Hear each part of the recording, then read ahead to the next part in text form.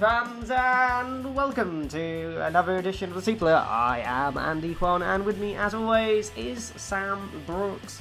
We are in front of the biggest ever paid attendance for a Suplah show tonight. Do you want to know the number? Yeah, go! 0! I thought there was at least 10. No one pays to see this. Maybe they should. Maybe we would get money. No, we wouldn't. We've learnt that from history. Oh yes, no one. People will watch us for free. They won't pay, which is fair. I wouldn't pay either. I wouldn't pay either. What a great intro. So this past week was All In. Myself and Keelan Balderson were in attendance. I got ill at the end. Don't ask why. Oh drank no, too much. you caught the wrestling illness. I just drank too much beer. So Yeah, that's part of it, yeah. Yeah, I drank too much. Well, let's talk about you going. You and Keelan Balderson were at the biggest ever wrestling show. Ever. Except for the ones in Korea. Which doesn't count because they weren't paid. They were told to go or they get shot. Holy Mother of Jesus. Talk about it. So this is my personal story with Keelan Balderson going to this event, right? So we leave. So do people really want to know about our entire journey to London? Because it is an eventful one. Well, I want to know. You haven't fucking told me anything. I've been waiting for this with bated breath. I want to know what happened to my friends when they went to see the largest wrestling event in the world. Except the ones in Korea. This story starts in Lincoln, right? So I couldn't be asked to walk because I'm fucking lazy. So you had a man carry you all the way to the venue. Just like they did with, you haven't seen the events yet, so I won't spoil it. But we get a taxi to the train station, right? And the day before, there were train strikes in the UK, right? So we get there, and they've still got all the posters up saying, there's an industrial dispute. And I'm like, Keelan, Keelan, is that the name of the next pay-per-view? Industrial dispute? No, he said. No, and then basically, the entire train station was closed, and we all got there, and like a whole bunch of us, right? A whole bunch of wrestling fans, because they're all wearing like wrestling shirts, and we're all just sort of like looking at each other. Ah, yes, the Lincoln chapter of wrestling fandom all went to the same place. Who would have thought? So basically what happened was, we see these two EMR train people get into a taxi and fuck off down the road, and we were like, fam, where are they going? I swear they should be on the train we're on. But then eventually the train station opens, and thank God for that. Keelan was having like a fucking... He wasn't having a panic attack, but he was just like, oh, for fuck's sake. But I was like, have we got a plan B? I'll drive to Stanmore and then, like, I don't know, just get a tube in. It's not hard. It's not difficult. For those who live outside of England, Stanmore is a place near the outskirts of London, right? Mm-hmm. A lot of travel goes through there. Yeah, so they got a tube station there as well, so I was like, alright, we'll just do that. For anyone outside of England, the Tube is a magical place beneath the city where you can go anywhere you want, provided there's no strikes. Yeah, but never mind. The strikes didn't affect the Tube. Anyway, so the point is, we were able to get on the train, and we get to the hotel. For those outside of England, a hotel is a building. Oh, for fuck's sake. So people may not know. We have to tell them about Travelodge. Where did you stay? It was a Best Western. Oh, mate. You went budget for this one, then. Yeah, no, it was right next to the Northfields train station, and you could hear the Tube all night. It was fucking horrific. Worth it, though. Oh, God, yeah, I was pissed, so I didn't hear it. We get to the hotel, and we can't check in yet. So we found a park, and Keelan and I drank beers at this park, like fucking complete degenerates. Wow, yeah, you were day drinking in the middle of the day. What time was this? Like 2? This was about 1:30, yeah, 3 o'clock. Yeah, brilliant. Peak time for daytime drinking. I can see why I got ill during the event now. Yeah, you started drinking at 2, and then you kept going for like 10 hours. So that's why I threw up. We then finally arrive at the hotel, continuing to drink because we're just idiots. You can't go and see the biggest wrestling event in the whole world sober. You have to be drunk. Oh god, yeah. Even before that, right? This story makes no sense. We tried to get the tube to the hotel. We hadn't drunk anything at this point, and I said to Keelan, "We got to get on the Piccadilly line, the purple one, right?" What I didn't realise and completely forgot Wait, the purple one? The Piccadilly line, yeah. Is that purple? Oh, whatever colour it is, whatever. The Elizabeth line is purple, mate. Piccadilly, I don't think is purple. Okay, the Piccadilly line is what it's called. Maybe I'm colourblind then. So basically, we had to get on that one. But that line, obviously, it splinters, doesn't it? Into one that goes to Rayners Lane, and then the other one goes to like Arnos Grove. So we get on this tube, and the tannoy goes, "This is a service to Arnos Grove." And I looked up on the map, and it was like the wrong direction. And I was like, oh no, you did the classic error. But here's the thing, the train was technically going the right way, but it was about to splinter off in the wrong direction. So I said, "Keelan," he goes, "Yes." That's not how you sound. It is now. "Keelan, yes. We're going the right way, but we're on the wrong train." "What do you mean?" So you look up there, Arnos Grove goes that way, we want to be going the other way. And he's like, "Oh no." So we just got off the tube at the next stop and just got on the right train. So it's all good, crisis averted. The second crisis was we turned up to Wembley, right? And good old Wembley, the venue of which the largest wrestling. Yeah. We turned up in an Uber. When I looked at the Uber when we were drinking in the park, the Uber was like 20 quid. It's suddenly gone up to 40 quid when I ordered it. I was like, Yep. oh, for fuck's sake. That's So a I was surge like, for you. So I was like, fuck it, I'm just going to go for it. Don't give a toss. Just give me 20 quid, Keelan, we'll figure it out later.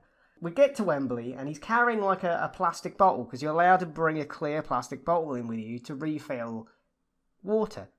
And he's got it in this bag, and he's given me the bag, and I decided to put the bag in a bin. Keelan then went, "What the fuck are you doing? I need that for water." And I went, "My bad, it's now in a bin." Wait, did you just assume it was rubbish he was giving you? Yep. Mate. I'm never handing you anything. So, there was that Andy, first... can you hold my insulin, please? Yes, Barry. I took it myself. Oh, you wanted me to hold it? Oh. Sorry, Barry. So we were just like, oh, this is going well. So then we get to the Wembley Way, right? And it is a absolute sea of people. I haven't seen anything like it in my life. It was insane. Did you run into CM Punk? Because he also took the tube. No, I didn't see him. I didn't see Punk at all. The funniest thing was we saw a merchandise stand, and we were like, oh cool, let's get some merch. But on closer inspection, it was like fake merch. Yes, another staple of the thing is you'll get scalpers and people selling disingenuous merchandise outside of gigs of the artists that are performing. That's my favourite thing about it, is walking by them and scowling at them like, how dare you try and make money in today's world. It was like, World of Wrestling presents wrestling. Like, what is going on? It's fucking garbage. It's shit. I would love it if it was like really old retro like TNA merch. Like just not even at all relevant. That would have been way better. So basically then the actual merchandise, the queue went all the way round the fucking, down the street for miles, and we were just like, I bet they're going to sell this on fucking shopaew.com in a week's time, and coincidentally they did, and I bought a shirt. Well, what were they selling? Were they selling like they do like tour shirts at gigs? Were they doing that? Yeah, they were basically doing like all in shirts and stuff like that, and belts for like 800 quid. And like oh my god. Fuck that. So anyway, we thought, fuck that, I can't be arsed. So we go up to the actual stadium, and it's fucking enormous. And we go through we're in the queue to go through the turnstiles. So I've got the Ticketmaster app open, right? Third crisis. I've got no fucking data. So my tickets wouldn't load. Oh, and we're right up, we're like 4 people behind the turnstiles. And I'm like, oh, fuck. Wait, did you not take a screenshot of the tickets before? You're not, it doesn't accept screenshots. You can't take screenshots. Oh, what the fuck then? So yeah, so I was like, what the fuck? So I'm scrambling to try and get signal. Keelan's holding up the phone up in the fucking air, waving it around like a fucking idiot. And we're just like, fuck, what do we do? Because there's no human. You have to like put it through a fucking machine to get you through the turnstile. So I'm like, ah. And then I was like, shit, I've got to find some sort of Wi-Fi. And I was like, ah. Logged down and signed up for Wembley's Wi-Fi, and I keep getting fucking emails from them now, but whatever. And then finally the fucking ticket loads up, and I'm like, hooray! I put my phone into the machine, it goes boop, I walk through the turnstile, but I just realised as I walk through the turnstile, my ticket and Keelan's ticket are on my phone. And I just walk straight through the turnstile. I turn around, and Keelan's like, what am I gonna do? Help me, I'm stuck. I give him the phone through the turnstile. He then gets his own ticket out on the phone. It doesn't look sus at all, I bet. and then because we couldn't transfer the ticket on his phone before anybody says anything because his phone is so fucked up and smashed that his phone is from 1996. It's so like smashed up and cracked. So we were like, all right, here you go. And he got in, and we were like, oh, thank Christ for that. And then half the journey was getting in. Now you are all in. It's a nightmare to You're get all in, so all in now. So we're now in all in. And we find our seats. We get our drinks, which are like 27 quid for 4 drinks. Made me sad. Is that good? No, it's too much money. Yay, capitalism. And we went up collectively 3 or 4 times. So how many beers is that? No wonder I vomited. 12? If you got 4 each time? Yeah. So we had fucking hell, mate. Slow down. We had 6 each. You were drinking before this as well. Yeah. No, the thing was, it wasn't actual pints. It came in like these shitty plastic glasses. Like solo cups? Yeah, it's kind of, but not red. So it was just sort of like, it wasn't a proper pint, and it was, you could tell it was slightly watered down, whatever. But then when we got in there, Keelan then told me on the train on the way home that when we got there, he was overwhelmed by it, and so was I, because fuck me, the building was enormous. It's insane. So have you never been to Wembley before? No, never been. Me neither. I mean, I was fucking terrified when I went to the O2, mate. Like, this is a whole new fucking level. Like, it's open air, right? Yeah. Yeah. I mean, I like the idea of open air venues. I went to see My Chemical Romance last year, and it was open air. It was really fun. You got to see like a blown up condom just float out of the arena and over the horizon. Did that happen to you at this event? Can't say that. Don't be silly. It's a wrestling event. No one needs condoms. I'll tell you that afterwards. Basically... Okay. More to say. So you're in the venue now, yeah? Yeah, we're in the venue. You're being overwhelmed because it's so fuck off big. Yeah, it's enormous. It's. Now I've seen clips of it, right? And I've noticed like the floor area just has a lot of open space. Now, this is something my partner pointed out to me when I showed him clips. Like, why was there so much open space on the floor? They do that for the boxing as well. I think it's to help... Is it just because of the sheer size of the venue? Yeah, and I think it helps with the view. Yeah, that's true. Because if there was people everywhere, you wouldn't be able to see what the fuck's going on. Because from where we were sat, you could see what was going on, but you couldn't help but keep looking up at the screen that was like on the actual massive gazebo. Jumbotron, the biggest paid attendance to watch a Jumbotron. And you couldn't help it, and Keelan was like, I've got to look at the ring, but there's a screen. A screen that shows you all of the intimate details of what you're paying to see. So, no, it was weird as well when it came to chanting. Because the building is so fucking big, you can't tell some of the time what the fuck's going on, like chanting-wise. It's like the different parts of the arena have different sections, and like it has its own sort of microcosm of like fucking... What's the word I'm looking for? No, I get what you mean. It's got its own little subsection of people all chanting one thing, and then you got a different group of people chanting a different thing, and then occasionally, when you all chant the same thing, you can't sync it up. So it sounds like the same phrase on a fucking delay. Basically, yeah. And it I was hate when that fucking happens. Mate, it happened all the time because I it's bet. an 80,000 seat building. Because if there's any words I would use to describe wrestling fans, it's uncoordinated. But yeah, it was really good. I mean, the entire event was just fucking incredible. From the matches were insane. When Excalibur said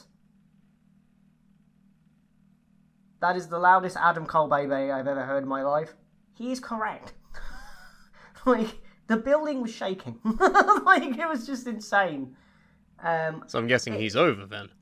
And fireworks. If you like fireworks, God, you're gonna love this. Pyro, all the pyro. Andy Kwan was so fucking happy because his eyes were illuminated with fireworks every 10 fucking seconds. Out the fucking wazoo with fucking pyro. I was like, yes, Tony, all the pyro, yes. So was there pyro during the daytime? Yes. Interesting. Yeah, I thought Seems like a waste, doesn't it? Yes and no, because it was the other fear that we had, right? So the day before, we looked at the weather forecast and it said it was going to fucking rain. Yep, we're in the midst of a rainy season right now. We're like, no. But it was...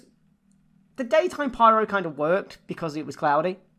I think if it was a sunny day, it wouldn't have worked. But because it was overcast. Yes. It worked. So... It worked against a nice backdrop of grey. Exactly. So, and that's the most British thing you could get. I do have a question. Yes. Did you encounter any, shall we say, odorous people whilst you were there? I don't think so, no. See, that's amazing in of itself. There were people next to me, and they didn't really chant much. It's probably because I was hammered and I was pissing them off, but... but, like, I tried... Like, as soon Why as you aren't you chanting for MJF, damn it? Like, literally, in our section, there are all Samoa Joe fans, right? They peaked early then, didn't they? Jesus. Yeah, guess who I cheered for during that match? Oh, no, you didn't. I did. I cheered for CM Punk. This is before everything else came out, right? You didn't cheer for fucking Grumpy McBeat-Up everybody? I did, yes. But I didn't know this had happened yet. I didn't know this. I only found this out. No, okay, granted, you didn't know that he and Jack Perry had an altercation, which we'll talk about later, but you did know everything else that has soured the rest of the world on this man. You're just choosing to ignore that, huh? You know how to pick your heroes, don't you? And also... It's like when Connor threw that guardrail at a bus and you were like, this is the greatest thing in the entire world. He's not at all problematic. I never said that. I did not. I said he has to stop doing that. Yeah, but are you going to tell CM Punk to be like, yo, chill? Stop beating up everybody who think you have a problem with. Now I'm like, if you want to quit, fuck off and go away. But you'll cheer for him still. When I'm pissed, yes. You'll chant through the headset in Gorilla, CM Punk, CM Punk, as monitors fall on you. Anyway, we're getting ahead of ourselves here. Yes. Did you see the what do they call the pre-show? 0 hour? Yeah, we saw the Aussie Open one. What did you think to some of these talents? Obviously, you don't know who Aussie Open are. I mean, they got fucking squashed, fam. I think that's bollocks. Wow. They deserve better than that, come on. It's the shortest match of the entire night. Why even bother? It was 7 What's minutes the point? and 45 seconds. I have no idea. So let's look at the results here. MJF and Adam Cole opened with Aussie Open, beat him in under 8 minutes to become the new Ring of Honor World Tag Team Champions. Oh, there's one more thing I need to say. What's that? Keelan and I don't remember the entrances for anyone. Because where we were sat, we were not behind the stage, but we were sort of behind the stage, so we didn't see half the entrances. So we didn't see, like, half of the stuff. We were just, like, we missed, like, that part of it. But also, Keelan and I went to get beers, And the only wrestler's entrance that Keelan wanted to see all night was Hangman Page. Guess where Keelan was as Hangman Page's entrance started?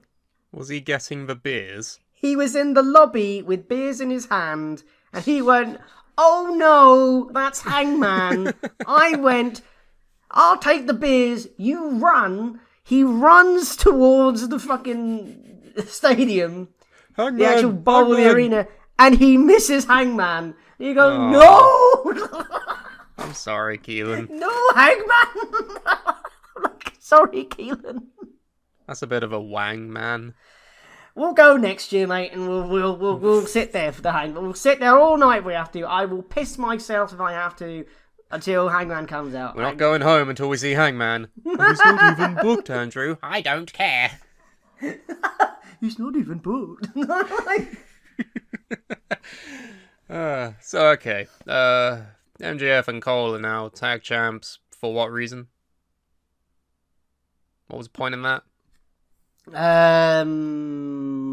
To keep them together as a tag Ooh, to team? add drama to the story. Oh, fuck Aussie Open, I guess. They'll win it back. I fucking hope so.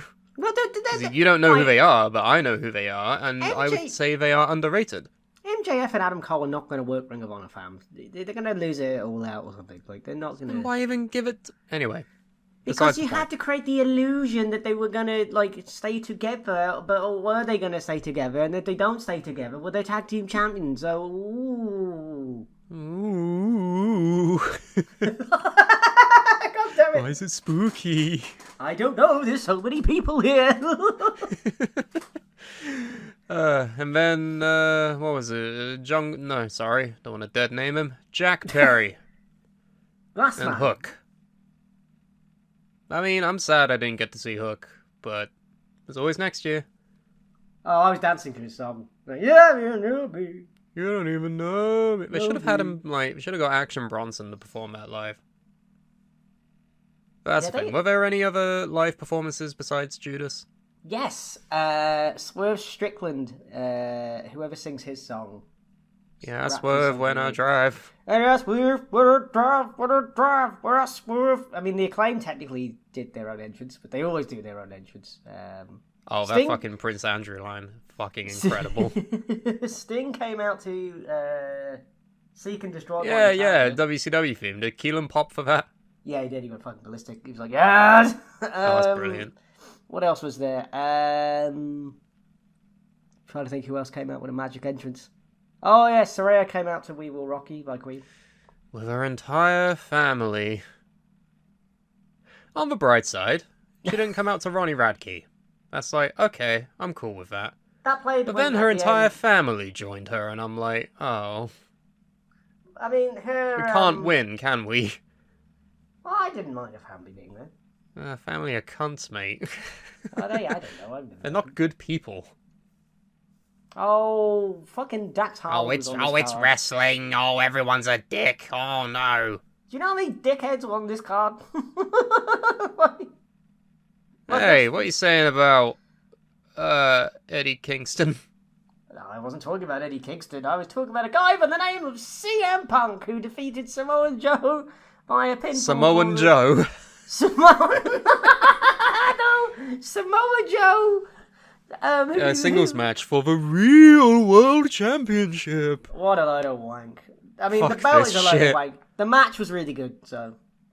I mean, Jack Perry lost to Hook by submission. There was a spot that had real glass in it. Oh my god, who gives a fuck? Apparently CM Punk does. Because when Jack Perry went backstage, CM Punk beat the shit out of him mercilessly.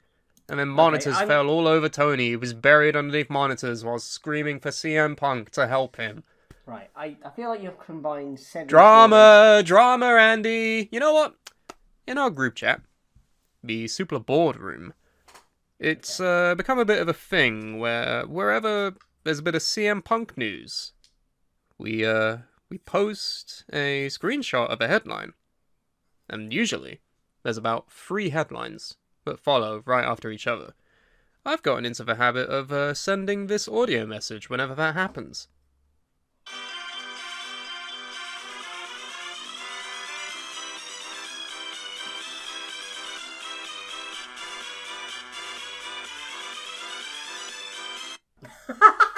You gotta laugh. Otherwise you cry. What the fuck is going on? What is happening? Andy, tell me. You know what CM Punk had for breakfast. Tell me, what happened? Okay, well, as expected, more details have continued to emerge regarding the latest CM Punk controversy stemming from Sunday's All In at Wembley Stadium that saw Punk and Jack Perry get into a physical altercation backstage. The following comes from Brian Alvarez on Tuesday's edition of Wrestling Observer Live, who he spoke to no fewer than a dozen people regarding the entire situation and then some. Right, this is gonna fucking... Right. Shortly after the Punk and Samoa Joe match to kick off the pay-per-view, a story emerged that Punk and Perry got into some sort of altercation backstage prior to Punk going out for his match. Perry had already wrestled on the pre-show against Hook and made a comment about real glass Crimea River to the camera during the match when they were fighting on and around a car. The comment was made reference to a story that emerged recently about a spot that Perry wanted to do with real glass on Collision that Punk nixed for several reasons.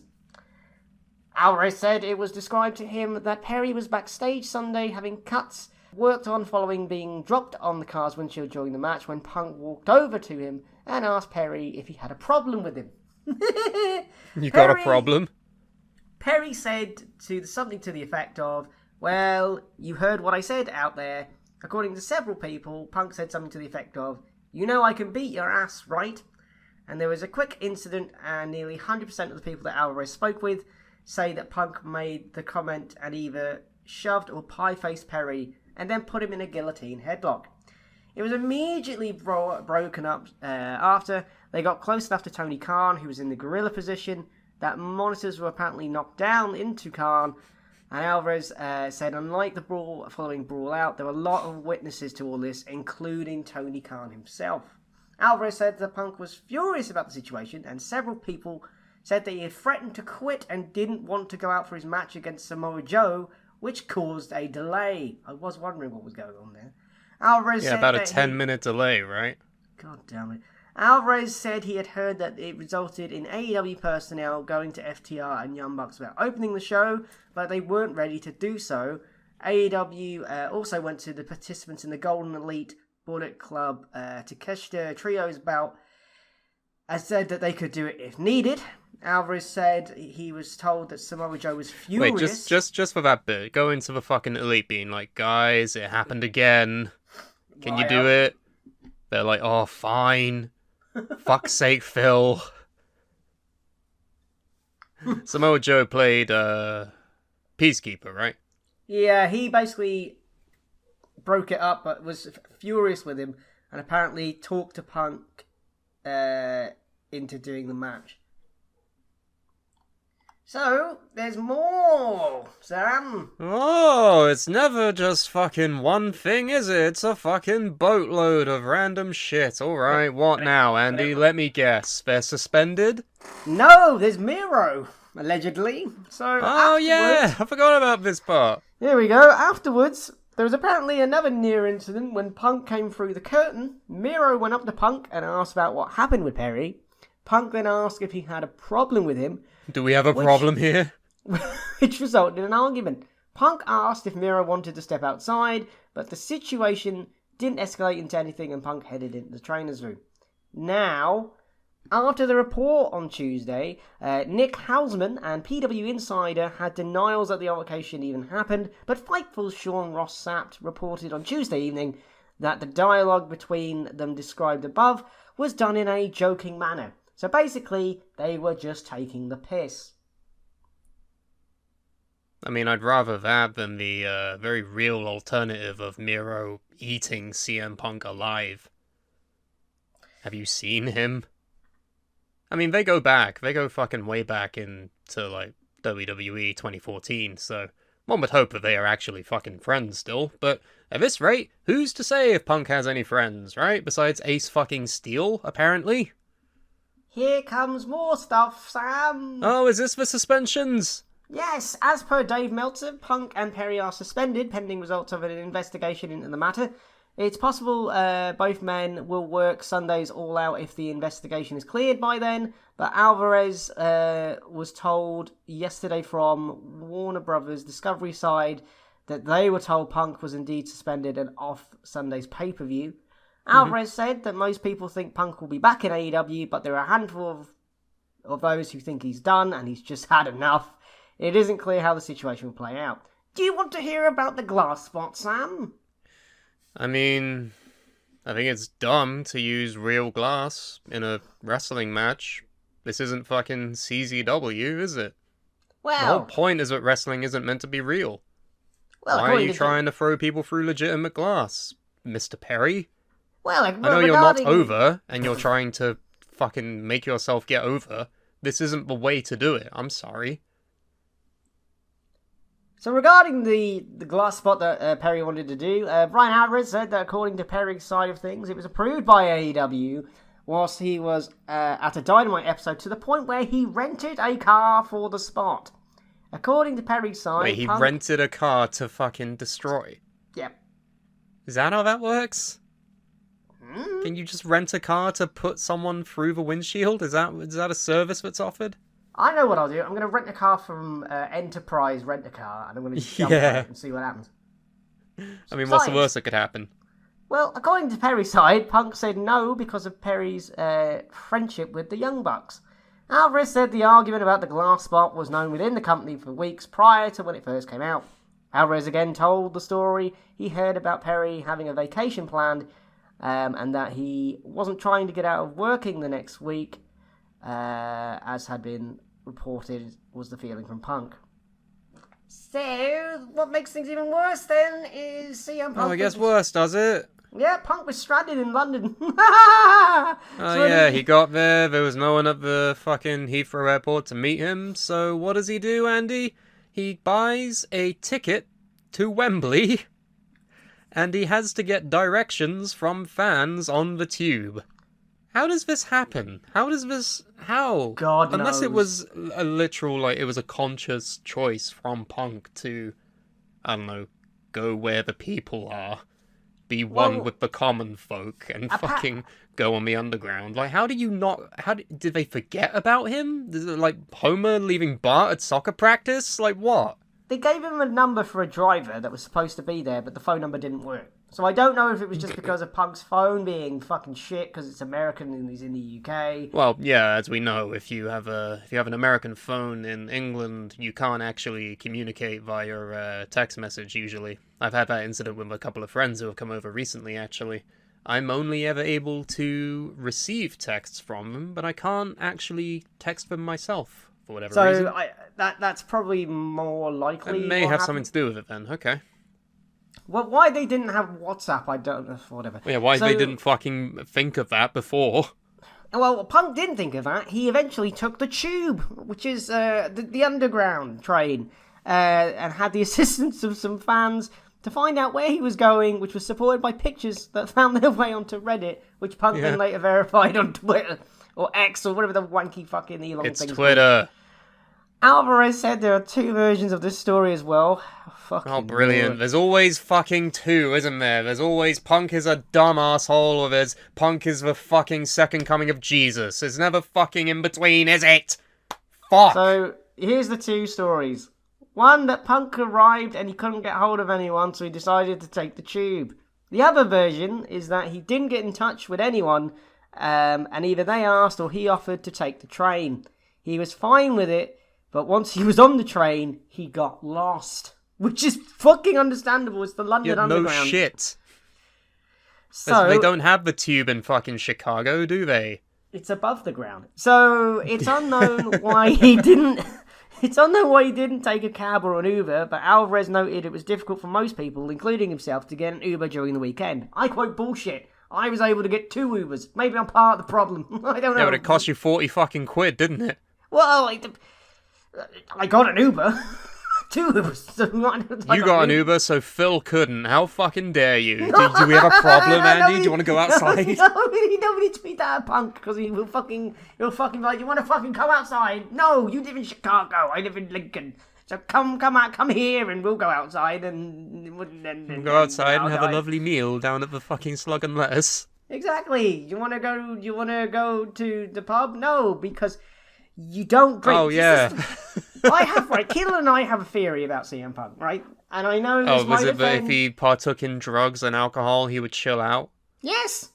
Right. That's a common sentiment. If he just had a drink, he would just shut the fuck up and be calm. Like he'd just let it all out. He would just drink. For Christ's sake. I don't think that's the solution, Andy. Well, I know. Okay, I think the solution is to not fucking pick fights and be difficult for no fucking reason. I think like his personality flaws can't be covered up with alcohol or the ganja. I'm not saying do ganj, I'm saying have a Budweiser. Oh yeah, because you drink and you're a perfectly calm, reasonable human being, aren't you? Yes. I'm getting fucking war flashbacks to the past 10 years, where it's not true. So, days since a CM Punk incident, 0. I just want him to go away now. I was tired this time last year when Brawl Out happened, but nope, now we're Brawl In. Oh, how appropriate, right? I'm not gonna lie, this hasn't hurt the event, it's just hurt Punk. Do you think they're gonna do an interim real world champion now? I think they're gonna just remove that belt. What was the point? This is. I was having a chat with Keelan about this on the train, right? Jack Perry's a fucking moron. They're both idiots. We're underselling this. Jack Perry is also fucking stupid for wanting to use real glass in a pre-taped fucking professional wrestling environment because who gives a fuck? It's not real. We know it's not real. Why do you really want to cut someone open with glass? Are you fucking Danzig? Zandig? What the fuck was his name? Jesus? That guy? Danzig was a band. Zandig is a person. But yeah, no. Jack Perry's fucking dumb. What makes this even worse is the fact that he did this on screen. Okay, it's the pre-show, but it was during the biggest event ever. Nobody who watched that understood what the fuck he was talking about. Yeah. It was pointless. Again, I talked about it last year with the whole fucking the Brawl Out thing not making any sense and it destroying kayfabe. What are you talking about, Jack? Why are you talking about real glass? Like, this isn't relevant at all to any conversation unless you fucking know the backstage drama, which is bollocks. It's not a fucking required part of the viewing. It shouldn't be. Apparently it is. Oh my god, he's not even over. Was he over? Did people care when he came out? Me. Exactly! We're talking like he's a fucking big star, but no. He was better when he was fucking Jungle Boy. I have no fucking idea what they're doing with him right now, but this prima donna fucking attitude towards a dumb spot which makes no sense anyway, it's not worth any of this. It's not worth suspensions, potential firings, it's not fucking worth it. Jack, I'm sorry. Get yourself an actual fucking gimmick instead of coming out to fucking Beethoven, and maybe you'll have a chance at being one of the better pillars, but no, none of that. And Phil, same old shit. It's happening again. It's happening again. It's time for him to go. It's time to stop. Yeah, But no, he's a draw, and Tony Khan is a fucking mark, so what do you want? He's not. I don't even think he's that big of a draw. I'm sorry. Anymore. Were you not the one fucking singing and chanting during his entrance? What do you mean he's not a draw? Yeah, that's because I'm a CM Punk, mark. So are millions of other people. And he's a shithead, and I want him out of the company that I love. You are one half of his fan base. The other half doesn't care, actually enjoys it, and is on his side. I'm not even disagreeing with you. I think he should fuck off too. But what I'm saying is he's not going to, because he's worth too much to the actual product in the long term.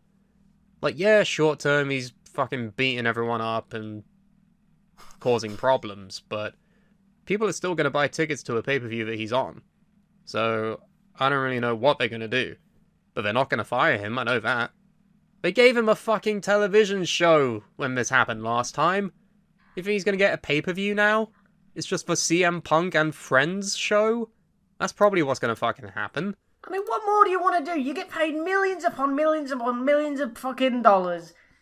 And quite frankly... You get your own show, you get your creative own- control, and you're still not happy. You get your own wanky belt. With your fucking paper skin and Just- paper bones. Every fuck morning you it. wake up and break your arms. Every evening when you go to bed you break your feet. And then you wake up the next morning and you try and fight somebody else. For a thing they said. For a comment. God. He just needs to fuck off now. It's We're done with this. He had the match with Joe. It was good match, yeah? Yeah, no, the match was good. Well, then fuck off then. It was a really good match. Have that as a final match and just fuck off. Have that be your swan song. Samoa Joe comes out. He's the real world champion. Just for no reason. He just has the belt now. No, just retire the belt. It's stupid. The It's belt not is a down, belt. by the way. It's not real. It's fake. Even in wrestling. Even in the fucking kayfabe, it's not a real belt. It's just a... It's a just shitty spray fucking painted an belt X that's been on it. spray painted on, that came in a red bag. Oh. Why do we care? The thing that Oh, makes wait, it I worse... don't. Because you're rehashing a story that happened 9 years ago. Enough with this fucking shit. But anyway, Bullet Club Gold. Golden Elite. 6-man tag. Very good match. I'm going to say that probably. Do you know who Takeshita is now? Yes. Because he fucking pinned Kenny Omega. That's a big deal. Yes. I love that. Can't wait to see where this goes. I'm still confused and annoyed that Jay White isn't at the main event level, but hey, can't win everything, right? He'll get there eventually. I fucking hope so. Baby 'Cause right now, steps. unless your name is either MJF or Adam Cole, you're not in the main event. Sorry. I'll be there. Nah, yeah, fuck it, I don't care. I don't even like Jay White. Fucking whatever. No, Jay White's good. He's a generational talent. Juice is great. Yeah, no, Juice is actually my favourite member of the whole thing. I love the guns. Yeah, well. Yeah, nah, fuck him. I don't like the guns. Billy You Gunn saw is good. Ibushi. You saw Kota Ibushi have a match. I did. Do you have any thoughts? He's very good, isn't he? Yeah. He's not as... Is he slower now because he's getting older? Well, he had a really bad injury, I think, either last year or the year before. Yeah, it was in the finals of a G1 climax against Okada. I think the match had to be stopped or something because he was fucking Christ. so fucked up. So, I mean, he's also been landing on his neck for the better part of 20 years, so he's not peak, if that's what you mean. Yeah, but it was No, nice him to and see. Omega have been fighting since like 2008. Like, The they're dawning of time. they're not spring chickens anymore, but No. But as it long was as they good had a match. good match, that's all I care about. Yeah, very good match. Okay. And then famous firearm wielder, Cash Wielder. Yeah, his name is Cash Wielder now because he wields pistols. FTR versus the Young Bucks for the tag titles. Man, the crowd did not hold back on various chants and crowd signs, did they? No, well, that's what you get for drawing your gun out then, you big doofus. But no, the match was, again, really good. Very back and forth. I was surprised FTR actually won. Yeah, I guess they're all in on FTR, am I right? And then Young Bucks refused to shake their hands and fucked off. Story, narrative, But where do they go from here? This was meant to be like a rubber match, right? They'll do it again. Not anytime Okay. soon, but it's something that they could probably have in their back pocket forever. I mean, that's apparently what they've been doing for the last 3 years, so Perfect, there you go. why stop now? Exactly. Long-term booking, Sam. Long-term booking. Yes. Speaking of long-term booking, Stadium Stampede. I have to say something about this match. I'm sure you do. Live, it was fucking terrible. I don't know, was this the first time it happened live? Yeah. In front of like a crowd? Yeah. Yeah, I don't know why they decided that would be a good idea. Fucking awful. We couldn't see shit. That Like, was we the whole had point, no is that idea. it was like filmed with cameras and you get to go elsewhere other than a wrestling ring. Couldn't see Why would you anything. put that in front of a live crowd in a wrestling ring? Apparently they were fighting above us, and as soon as somebody said that to us, like, people around us were like, oh, they're fighting above us. I was like, oh, I'm going for a piss. I just, you know what I mean? The match is in the air now, guys. Yeah, no, fuck it, I need a slash. So What do you mean above you? How does that work? we were on the first level, Yeah. and there's 3 levels, so there's... Oh, they went up that high. They went up that high, yeah. I mean, there was some stuff in the ring, wasn't there? Like, John Moxley got a load of sticks in his head. Oh, yeah. There was bits in the ring. Once it got me back in the ring, it was good. But once they fucking started fucking around Once you the were ring, able to actually spectate what was going on, it was an improvement. I mean, the most fucked up thing was the skewers in his head. I was like, am I pissed, or are there sticks stucking out his fucking head? And Keelan was Nothing like... out of the ordinary, to be fair. I've seen that happen to him like at least 3 times over the last year, so... Well, it was kind of funny in a way, because he looked a bit like a peacock or a weird chicken-looking thing with the fucking... I'm Moxley, and I'm bleeding every 4 seconds. Yeah, it was a good match once it got in the ring, but this was probably the least fun match of the whole night, because, again, they fucked off all over the arena, and then you sort of just, like, sat there watching a fucking screen, and you're like, I could have done this at home! And so... That was my... Well, can't all be winners, right? Gotta have at least one dud. So yeah, it was alright, and then I watched this match back, and I hate this kind of shit. I don't know why. I don't like it. But Andy, Mike Santana was there. His name is Mike. Since when was he called Mike? Did I miss that? I thought it was just Santana and Ortiz. No, it's Mike Santana and Ortiz. Mike Santana? He doesn't look like a Mike. Oh, does that mean they're both called Mike? Mike Santana and Mike Ortiz. Also, the name Proud and Powerful, I get it. I think they changed their name to it the makes me Mikes. think of like a queer tag team, not like a Puerto Rican tag team, you know?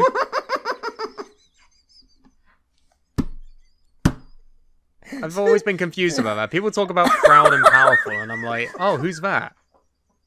Oh, you mean LAX 2.0? I don't know, it's just weird that they're called that.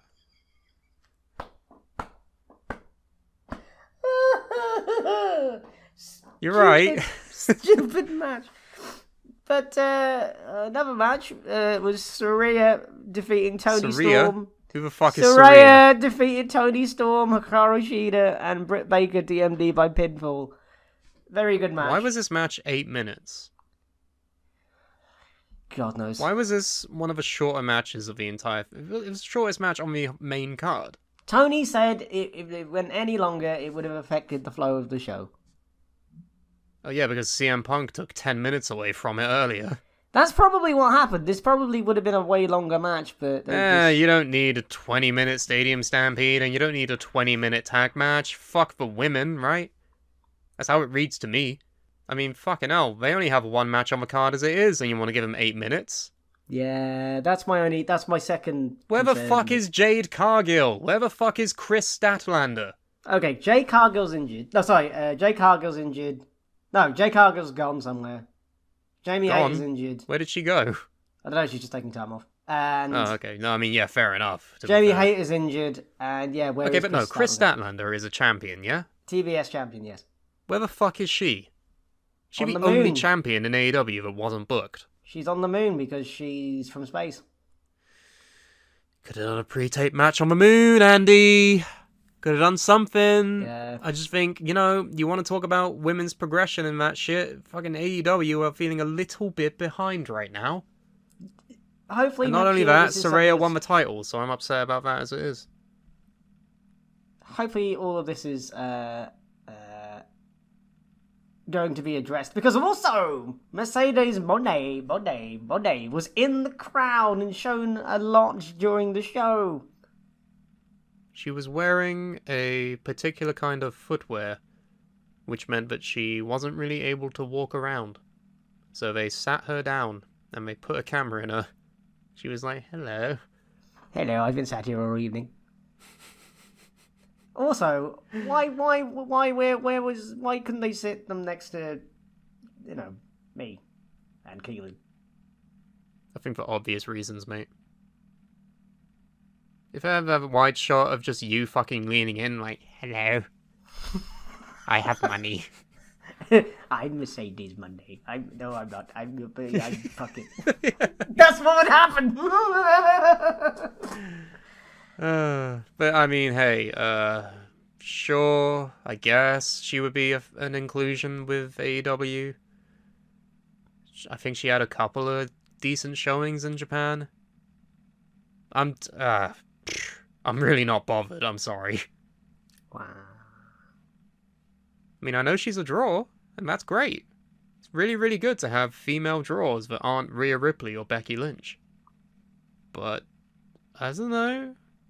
It's not exactly setting the world on fire, for me, personally.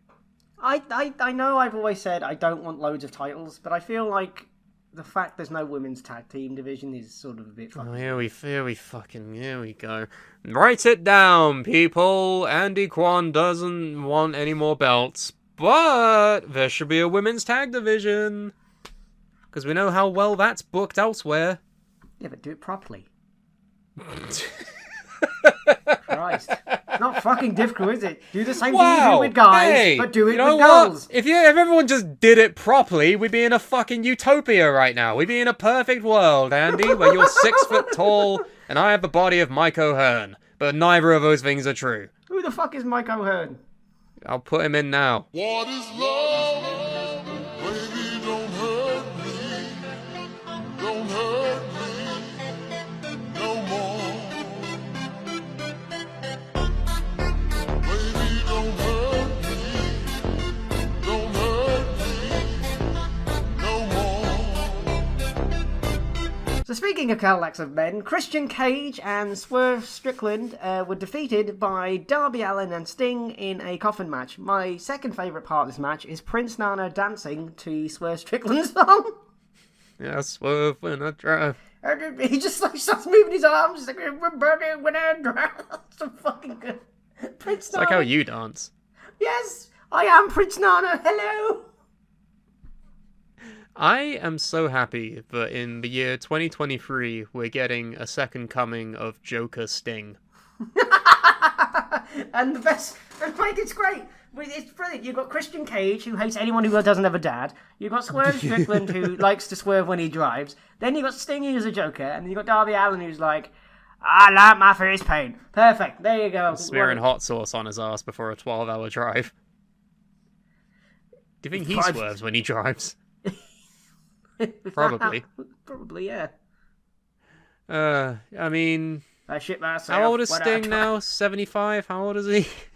802. Sting is 64. 64? What the fuck is he doing? He's 64. And he's doing coffin matches. That's absolutely insane.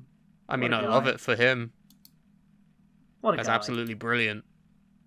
Wait, Christian Cage? Yes. Did he replace the other guy? Yeah, he replaced AR Fox because Swerve Yeah. Strickland turned on AR Fox on Dynamite. Why? Because I think AR Fox wasn't allowed into the UK. So they had to quickly figure something. Oh, Tony. Tony. Well, I don't know if it's Tony's fault or if it's AR Fox. He books this. He books it. He but fucking if he- writes if the he theme doesn't- tune, if sings he the theme doesn't- tune. Yeah, but if he doesn't know that he's got a fucking thing This against show was him. booked like 3 weeks before it happened. You must know that talent can't go there. Why are you putting him in a match there?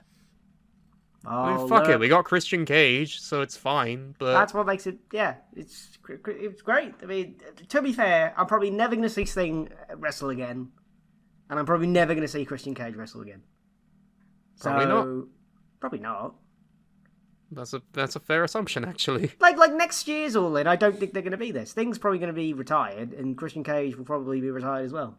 So, Well, you never would know. think, I don't know, maybe Edge comes in and He fights said him, I this don't like 10 years ago when both were also true. They're going to wrestle till they're 804 at this point, so... Yeah, they'll that'll be there their next week. final match, and then they'll explode into dust at the end, and that'll be the most fitting end for anybody. I thought the match was good. It was what it is. It's a casket match, coffin match, whatever. It's a fun little match. I mean, fair. That's good. How about And the next then one? Will William Ospreay- Ospreay, the Billy Goat, versus Chris Jericho.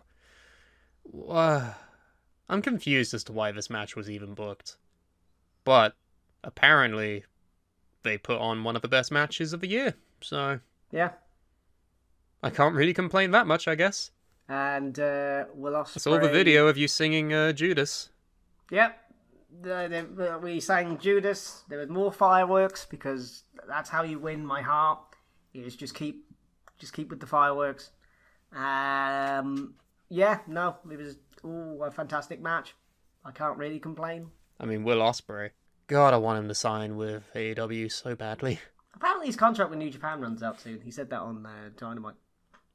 I mean, I'm happy that he's been in New Japan. I mean, he had such a big transformation, like compared to 2016 when he was just a junior and he was like popping off on Twitter. Whereas now he's like a legitimate fucking heavyweight, one of the best in the world performers ever. It's really, really cool to see, and I'm very glad that New Japan afforded him that opportunity, but I feel like he would get more traction in the States. But then, hey, I've Jay White, am I right? Fucking, who's to say? He could be fucking booked on like comedy tag team pre-shows and whatever, so I don't know. But then his presentation in AEW has been pretty solid, so... Yeah, no, I mean, the win over Jericho as well is quite a big one, so... Why was Don Callis here? Because Don Callis has aligned himself with Will Ospreay to be a part of the family. A family which includes Takeshita. Yes.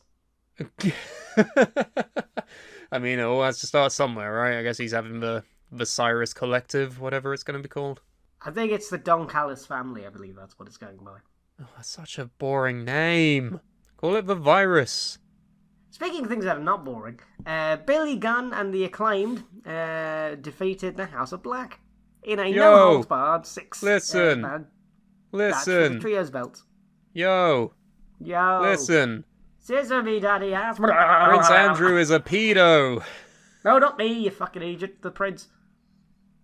No one said you. You said my name! I said Prince Andrew. Oh, I missed that bit. Apparently the entire crowd missed whatever line came after that because they were popping so hard for the Prince Andrew is a pedo line. Which I can't, yeah, to be fair. Yeah. You should have just ended the rap there. Prince Yo. Andrew is a nonce. Drop the mic. Everyone loves the Acclaimed. Wembley. Like, that's it. That's what you need to do. I'm so happy that the Acclaimed have gone from mostly being on Dark to now, like, penultimately main eventing the biggest wrestling show in history.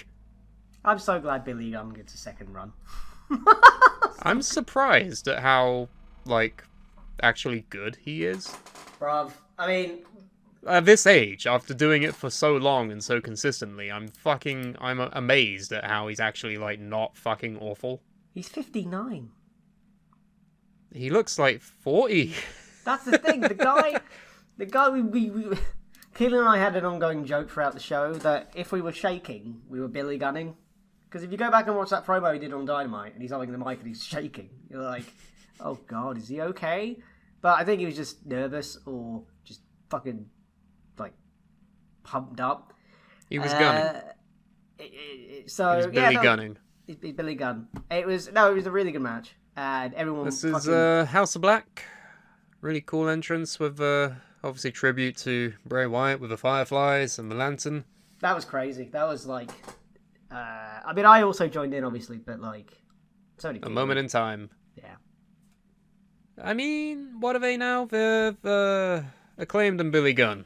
They're the trios guys now. Yes. I'm gonna miss the house rules stipulations. I'm not sure where the House of Black is gonna go from here. I'm glad the Acclaimed have gold again, because they seem like they really fucking cooled off when they lost the tag belts. So Oh yeah, that I was just like, no, they're really good. Don't do that. well, now they can do the trios thing. So, in the main event, we Maxwell, Jacob Friedman, and Adam Cole drew initially, but then the match was restarted when MJF didn't give Adam Cole 5 more minutes. Instead, he kept saying, "We're gonna fight to the end." I think because they're in fucking Wembley or something like that. I don't know. I fucked that up completely. Anyway, the point is that the match continued on, and a whole bunch of shenanigans happened with Roderick Strong, which I cannot believe in this fucking day and age that Roderick Strong was a key part of this thing, but whatevers. And still, your AEW World Champion, MJF. At the end of the match, they teased Adam Cole turning on MJF, but then decided not to, and then they hugged, and then all the pyro went off, and MJF cries, and we all go home. See you next year. And that was the end of the show. Greatest show I've ever fucking attended. This is better than WrestleMania 17. It's fucking incredible. Where is Sam? Is Sam there? No, I'm still here. It's just the reason why I haven't said anything is because I'm trying to wrap my head around this main event. You have to see it to believe what happened. No, I believe what happened, and that's the problem. I've been really, really trying to enjoy and appreciate what they're doing with this storyline. I just don't get it. I just don't get it. MJF he's basically a babyface. How? Because he's learning to be less of a dickhead because of Adam Cole.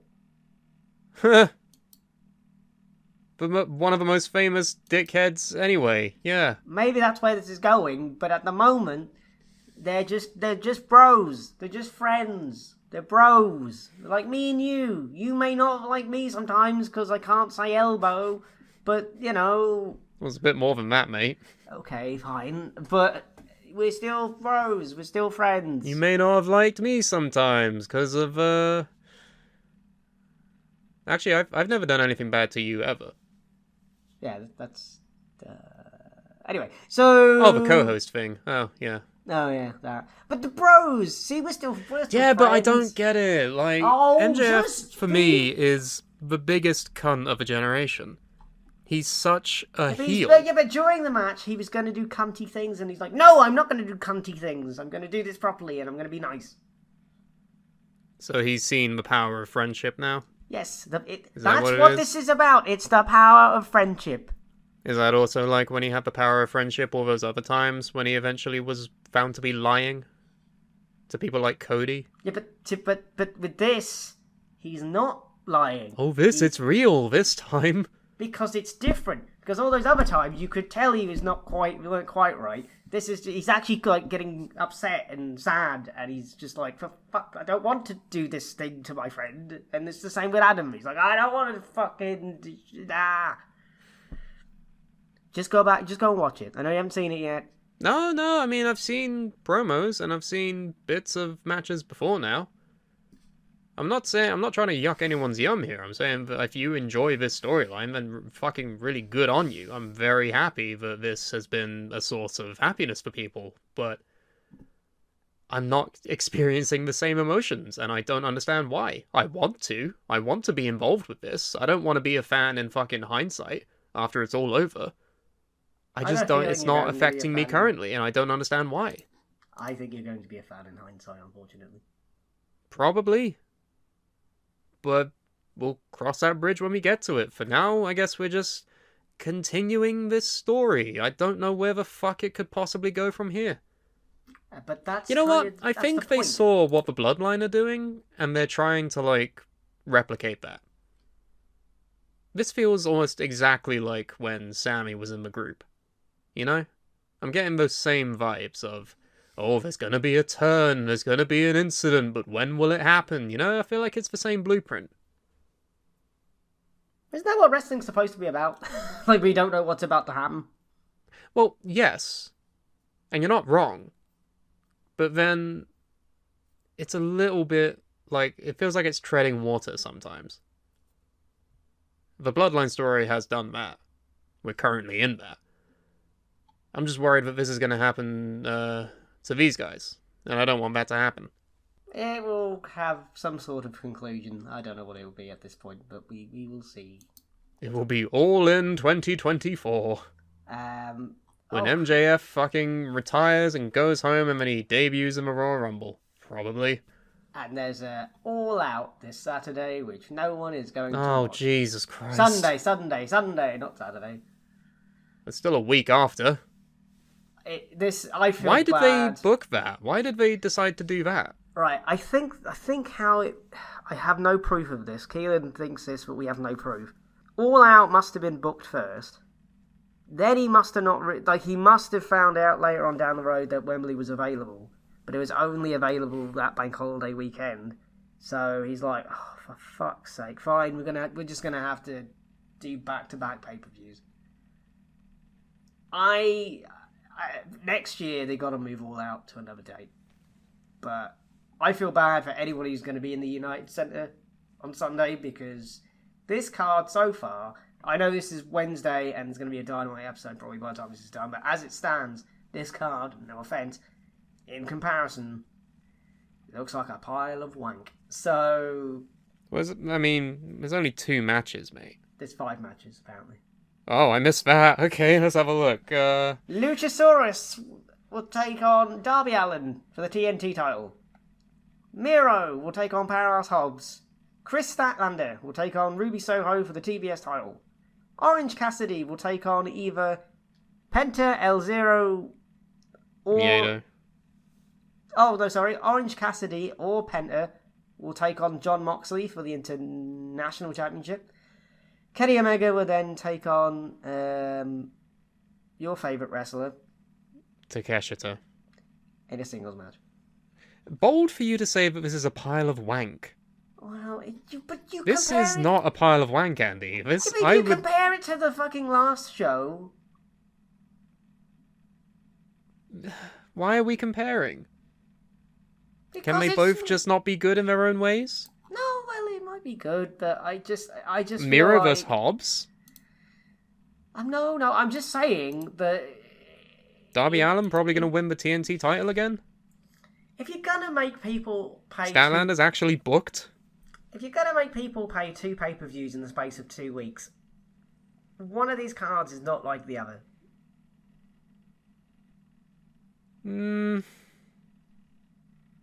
I disagree. I'm actually maybe a bit more excited about the All Out card than I ever was for All In. Looking at it like, what, Punk vs. Joe? Again? We're doing that now in this decade? Okay, fine. Bullet Club vs. Elite, I was excited for. FTR vs. Bucks? Again? We're doing that again? Okay.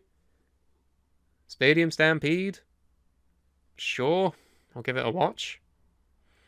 Don't care about the women's 4-way. Coffin match? Take it or leave it. Ospreay vs. Jericho? Why is this happening?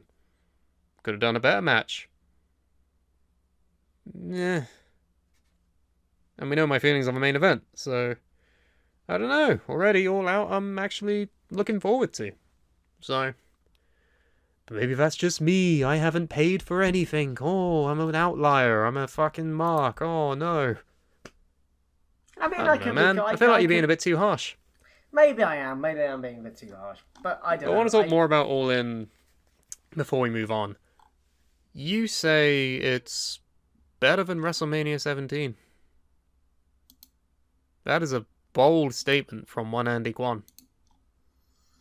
I think if I hadn't attended it, I wouldn't have said that. The fact that you were there. Yeah. Well, it's just like when our friend Brendan Davis attended WrestleMania 30. He said, that regardless of the event itself, that would be one of his favorites, because he went there. Sadly for me, I can't say the same about the one wrestling event I've ever attended, so... Look. This means I guess I'll just have to go to All In next year, huh? Good. Save up. and we're gonna go to All In again. That's what it should be called. All In again. All In 2. Except What? this was All In 2. So what? That's what I wanted to look at, actually, is I wanted to look at the initial card for All In 2018 and, like, compare where we are now.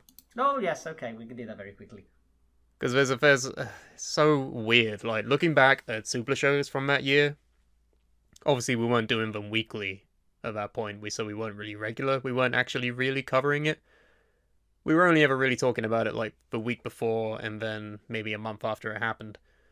It's crazy to see the comments from all of us, it was you, me, and Carmine, being like, oh, this is a fun novelty event, I wonder if this will mean anything. They could make a company called Elite Wrestling, maybe, oh. Whoa, did we predict that? I mean, we were like, oh, that would be cool if they did that. We were no way were we ever sure that this would become the biggest selling wrestling event of all time 5 years later. It's only been 5 years. Christ. The first All In was 2018.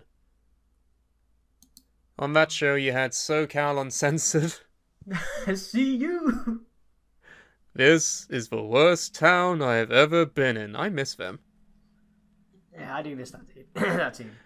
But they fought the Briscoes. You had an over budget battle royal as well for the number one contendership for the Ring of Honor title.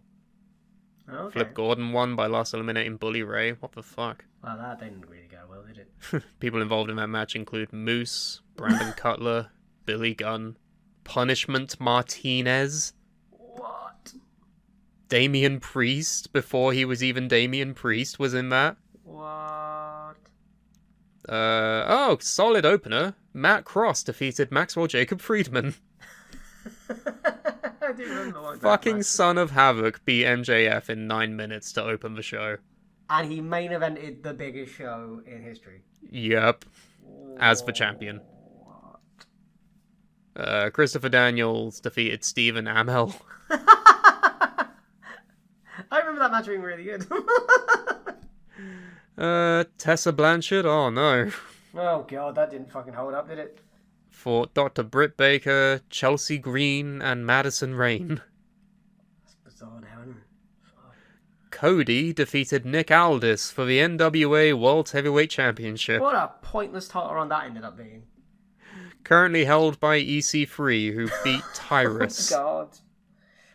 Oh no. Oh, we have some shit to say about that, but that's for another time. Hangman Page beat Joey Janela in a Chicago street fight. Where did Joey Janela even go? What happened to him? GCW. I swear at the end of this match, Joey Ryan then interfered. Yeah, the giant penises. Yeah, that doesn't hold up now. Nope. You found it hilarious at the time. Because dicks. Yeah. But it turns out that Joey Ryan is just a big dick, so...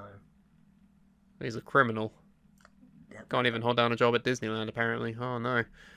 Hangman Page, yeah, he beat Joey Janela. Jay Lethal defeated Flip Gordon for the Ring of Honor World Championship to retain. What happened to Jay... Oh, Jay Lethal's still around. He's with Satnam, isn't he? Yeah, he's with the Jeff Jarrett team. Yeah, I forget that that's a thing still.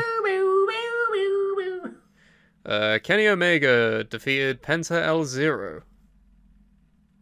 They're still both around. In fact, they fought at this event, didn't they? Yes, they did. Yes. Funny that. Okada defeated a Smarty Skull. Oh, God.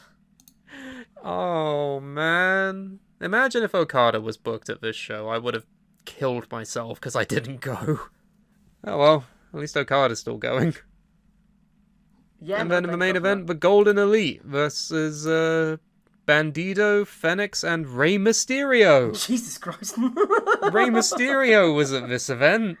What?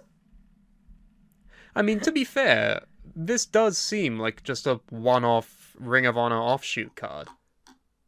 There's no fucking way we could have ever predicted that in 5 years, this would be done again, at Wembley, with the highest paid attendance of a wrestling show ever.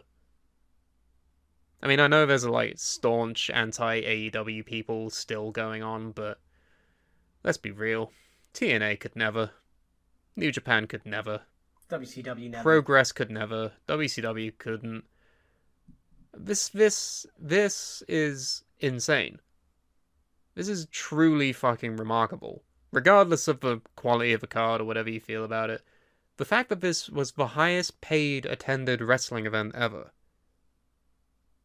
it's a testament to this company is worth taking seriously. Yeah, and the fact that they have a deal with Wembley now as well. If they're doing it again next year. I think they want to do it every year. And make this their WrestleMania. Why the fuck not? This is bigger than WrestleMania. Yeah. I can't believe I just said that in a sentence. By definition. This is bigger than any WrestleMania that ever happened. bigger than Hogan and Andre. Bigger than Rock and Austin. Bigger than fucking anything else you've seen. This was the MJF biggest vs. event Adam ever. Cole. Fuck. It was an honour to be there. Even though I don't remember the main event because I was quite ill. But the main event... Yeah, why let's go back onto your tale. What happened after the event? I got really sick. Yes, because you were drinking for 12 It hours. was awful. I remember thinking, I feel like shit. And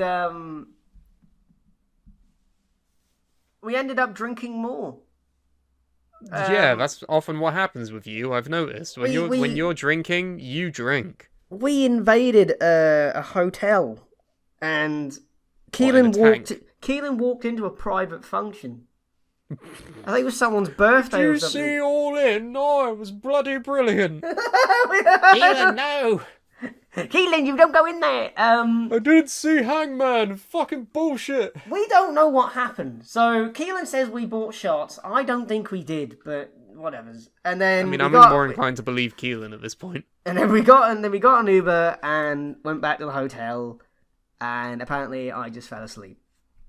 So Yeah. he was trying to watch the press conference, and I just fell asleep. And Well you then, want me everybody. to go with you next time? The man who does not drink. Yeah, I feel like I said to Keelan, let's not drink that much again, yeah? And he was like, yeah, right. Because the fucking... Oh, God, the trip home was hell. The It was fucking awful. Suplah ride from hell, huh? That really was. Like, you know the escalator at London Cent, whatever the fuck it's called? No.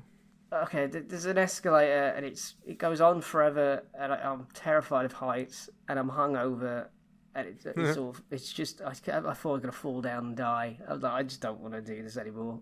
And then I mean, if you fall down an escalator, that's kind of an infinite cycle. You'll never reach the end. it's not like a fucking what's the word? Optical illusion. Never mind. Basically, what also happened was I was kind enough to drop Keelan home, and I don't want to worry anyone, but I accidentally hit a rabbit or a bird or something, and this bird hit my fucking car, hit a car behind me. My car's fine, the other person's car's fine, so it's all good. Is And the bird then- fine? No, the bird's fucked, fam. Basically what then happened, I drove home and my car decided to fucking be like, your tyre pressure is low. I'm like, not now.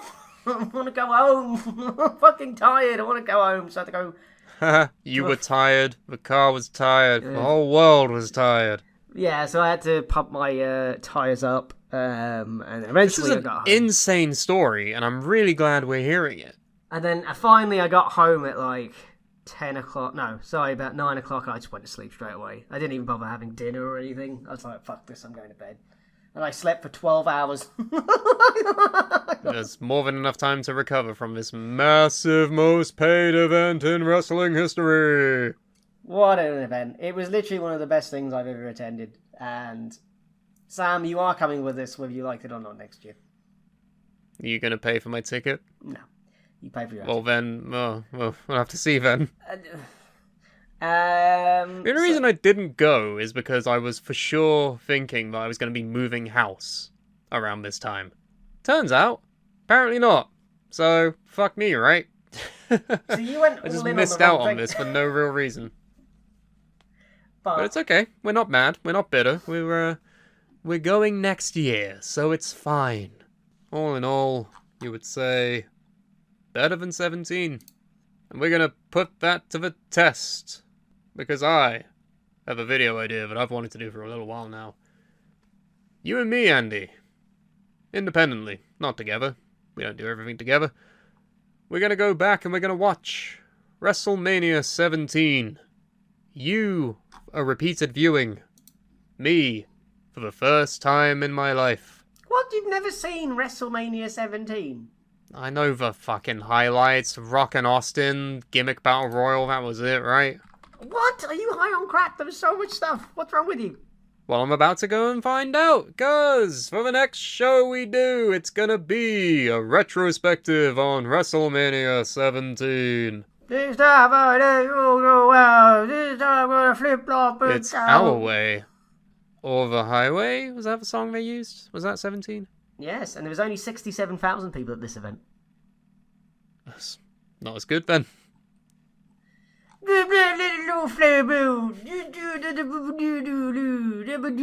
My way. So look forward to that. Putting a So, stop to whatever he's doing. if you want to find out more about us on the Suplah, go to linktree.com/the Suplah. You'll find all of our things that we do. That's very vague, but you know, I Can't bring bother you the plug element of anything surprise. specific, because we don't do much else. We used to. Now we don't. Anyway, so thank you for joining us on this week's edition of the Suplah. I have been Andy Kwan. All the paid attendants have left now. All 0 of them. We're exactly where we were at the start of the show. Oh, I've only just recovered. We'll see you next time. Not like for the next All In, I meant for the next show. Next time. Whenever that is. Say bye, Sam. Stop talking. Say bye. No! Say it. I'm Pan, actually. Jesus Christ. I'm bad. I didn't think you could fucking go there. What? That was a great joke. Congratulations. Thank you.